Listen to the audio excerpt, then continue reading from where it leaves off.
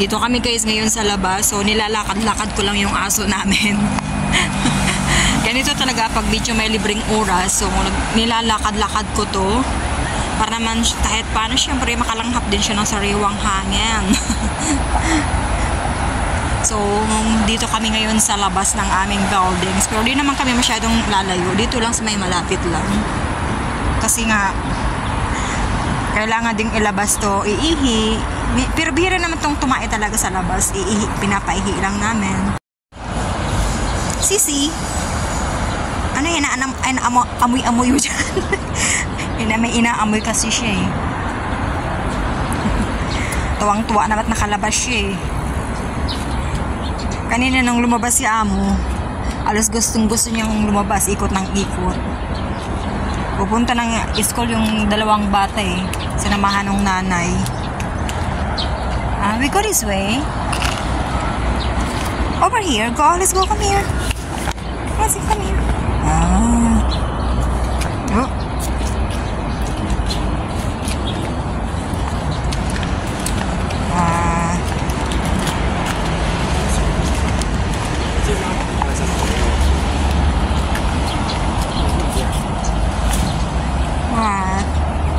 Inaamoy mo dyan.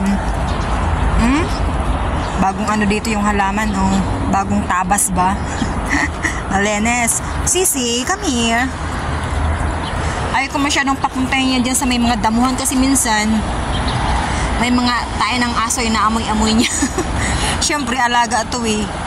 Minsan hinahalikan nga ako nito eh. Sabi ko, Sisi, wag mo naman akong halikan, oy. Hindi, lambing niya yon. Ayan. Dito sa amin guys, ang daming mga halaman. Oh. Pakita ka naman yung paligid namin. So dito kami sa may La Costa. Ayan ang La Costa buildings. Sisi, come here. Come over here. Ayan, laka ng buildings na yun. Oh. So, ano lang to ng buildings sa amin? Sa may harapan. Oh, nakakita siya ng ibon. Come here. What?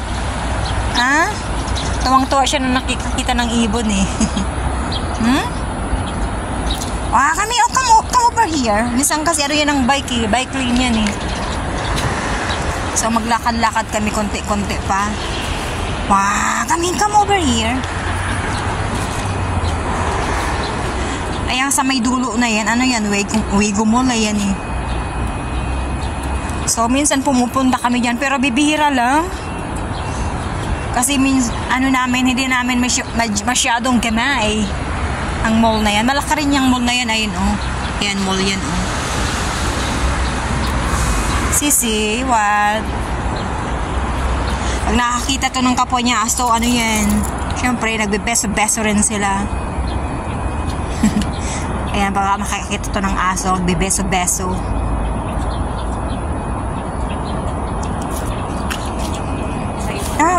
Come over here, no?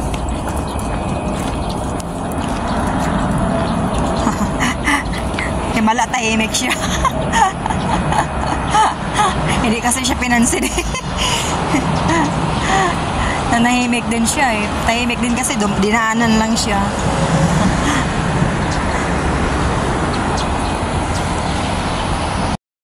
Alam niyo guys, nagulat pa ako nito kay Sisi kasi yung buhok nito dati mahaba yan, pinagupitan ni Amo. So nung una nabigla ako, kala ko hindi siya.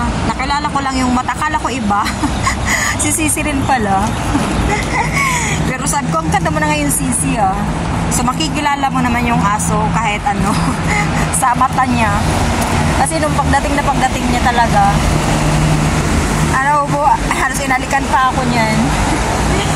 Nanibago talaga ako sa kanya kasi nga ibang-iba, masyadong mahaba yung buhok niya noon. Ngayon hindi na masyado kasi nga mainit.